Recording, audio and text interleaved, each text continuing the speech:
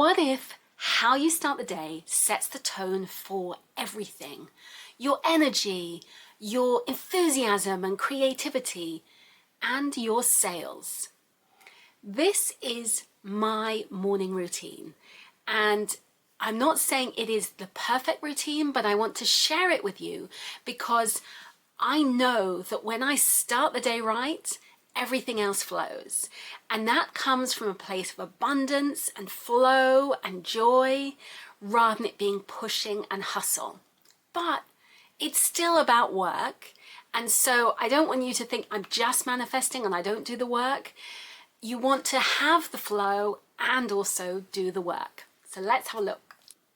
So the first thing to say is this is not about productivity hacks and doing crazy amounts of like running or being in the gym before 6 a.m.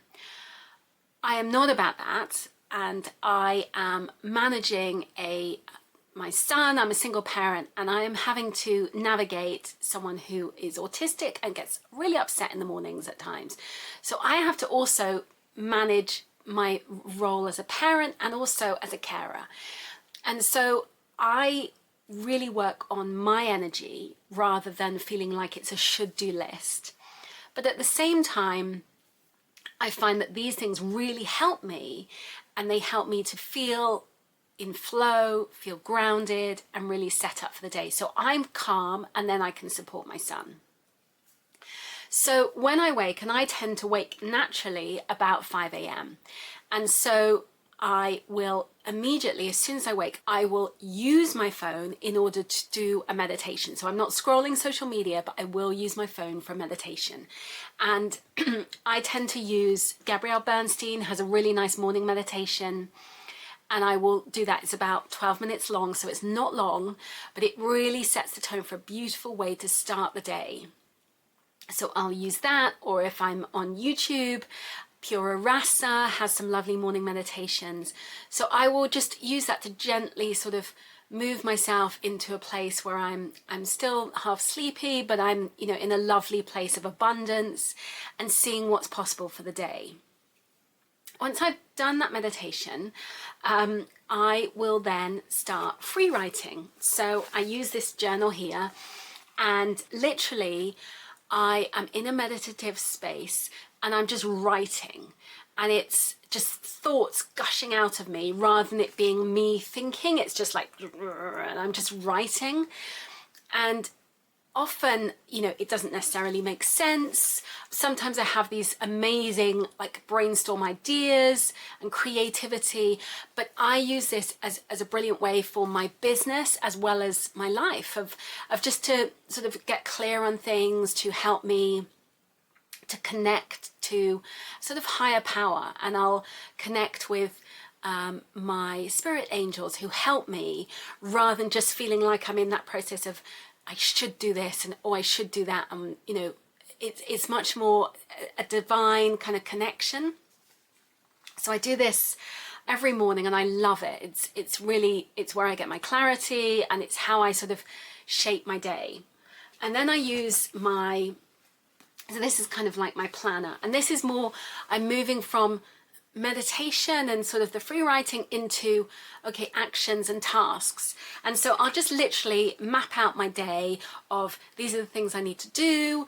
And so it's a kind of to-do list, and also just like sometimes just putting a brain dump of all the things that are whirling around in my head that I need to focus on and tick off within the day. And you know, and it might be sparked by the free writing, where I've got a creative spark of like, oh, I could build this thing and do this thing. And so it's a place where I can be more strategic. So I've gone from that creative sort of ethereal download to, okay, let's put this in action. And I believe that you can be both. You can be very in the very creative, spiritual essence, but also in the, okay, let's get something done, let's get shit done. And I think you can do both. But what you don't want to do is be in the should. It's coming from a place of creativity, and you've got that spark, and it's joyful and it's exciting. So I will literally do this, and so that's from 5 to till 5:45. About 5:45 I will write a LinkedIn post. So I write a LinkedIn post, I'll start commenting on LinkedIn, and I will write a post, and my post tends to go live about 6:15 because that's when I find I get the best traction. And so I'll be commenting on other people's posts, and I'll spend a bit of time on LinkedIn. About 6:30, my son tends to wake up, and so he'll come through, we snuggle, and so my phone, my work goes away, and I'm focused on him. So we'll snuggle and cuddle, and then it's getting him dressed and ready, me showered, trying to get out the house, pack lunches, breakfast, all of those things, and he goes off to school. So I walk him to school, and then I will go for a run. So I try to habit stack. So the habit of going to school, doing the school run, I then go for a run afterwards. Otherwise, I find if I don't go for a run then, I'll keep thinking, oh, I must go for a run, I must go for a run, and the whole day goes past and I haven't been for a run, just because I get busy. So I find it's the best way for me to get in that I'm doing exercise, I'm doing fitness. I tend to run for about an hour afterwards, and in that time, I'm not a very fast runner, but I will run. I'll do about 4 or 5 miles, and then I'll use that time in order to do a gratitude list every day. And so this really helps me with, I'm going through a lot in a divorce, and I find that doing a gratitude list is really, really helpful. So I will do 10 things I'm grateful for. I listen to Rhonda Byrne's book, The Magic. Okay, it's called The Magic. And so I listen to that, and it's basically gratitude every single day, and each chapter is a different day of gratitude, and there's 28 days in the book, and it's so helpful. I just tend to sort of go through it and then loop it back again and start again. And so each day you are talking about something you're grateful for, you're saying 10 things you're grateful for. And so I find that really, really helpful, and I'll do it while I'm running. So I literally will be using my notes on my phone, and I'll be using Siri and literally saying out loud 10 things I'm grateful for. So I'm running, but I'm also saying those things that I'm grateful for and connecting with, nature, seeing the beautiful birds and the flowers, and just being in the fields and the countryside is so good for my soul, and I'm sort of connecting in with that.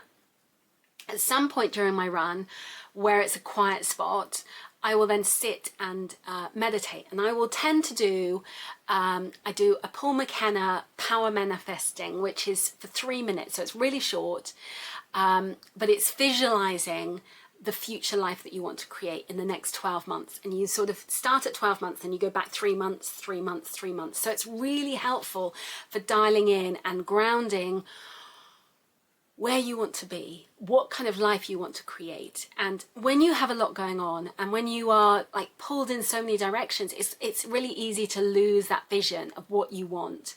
And so doing that consistently every day and several times a day, because it's only 3 minutes long, I find really helpful, because you are sticking with that vision, you're seeing that vision on a consistent basis, rather than like saying, oh, I'll do a big vision board thing, and if you only do the vision board, and I love vision boards, and I've got a link below to a vision board workshop, but if you only do that and that's once a year, you're not necessarily grounding it in. So this way, I've got my vision board, I've got the things that I really want to create, the life that I want to lead, but at the same time, I'm reinforcing that on a consistent basis by just using that. So I find that really helpful. So the book is Paul McKenna's, it's called Power Manifesting. So I'll share the links to those two books below, because I really, I think they're really great ways to embrace manifesting, and and because it's only 3 minutes, it makes it really achievable throughout your day. So once I'm back from my run, I've manifested, I've done a meditation, I'm really set up for the day. So get back, quick shower, and I start work about 10:30 a.m. and I'll work from 10:30 a.m. till till about, it used to be 2:30, now it's about 3 because my son can walk home by himself. So I sort of have that sort of 4.5 hour window of really hyper-focused work. And so I get on with what I need to do. And in that time frame, I am like, I'm in it. I'm doing, you know, what I've already planned out in the morning, and I am planning out, so whatever task it is, let's say I'm writing a sales page. And so it's deep focused work. And because of the fact that I know that I've only got 4 hours, because of the fact that I know that my son is coming home, there's sort of that deadline, and that it gives me that hyper focus. It gives me that sort of, you've got to get going and do this. Whereas I don't have that leeway to sort of like amble about and always this right and overthink things. I just have to get them done. And I find it creates a sort of false deadline for me, which creates that urgency. So I get it done, and I find that really, really helpful. So if you've got a deadline, if you've got something where you're going out for a date, you're going to do something, you're meeting a friend after work, it means that you get it done rather than thinking, oh, I've got hours to do this, and then you spend another 3 hours working on it when you really didn't need to. So using those false deadlines really helps, and that sets me up for the day. And so I will then, I've got my focus, I've got my 4 hours, I crack on, get stuff done, whatever it is I need to do, speak to clients, do coaching calls, and also, you know, I'm working on my marketing, and then I also love AI, and I'm tapping into AI to help me with all of this. I've got a video all about that I'm going to share, and then it's time to pick my son up from school. And then I'm into cooking and, you know, being with him and being really present with him until it's time for him to go to bed. And then I may, you know, if I'm feeling it, I may do some work if I'm feeling creative. Otherwise, it's bedtime for me.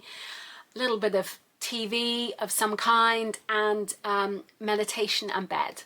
But it all starts because I have really set the tone by having that vision of what I want, by using manifesting, meditation, and I really love my free writing as well.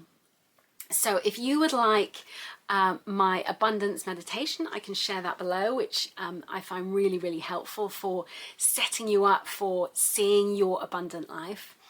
And also get my vision board training, so you can create the kind of life that you want to lead, and then you want to have that vision and then think about it multiple times a day. If you like this video, please click the button below to subscribe, and I hope to see you again soon. Thanks so much for watching. Bye bye bye.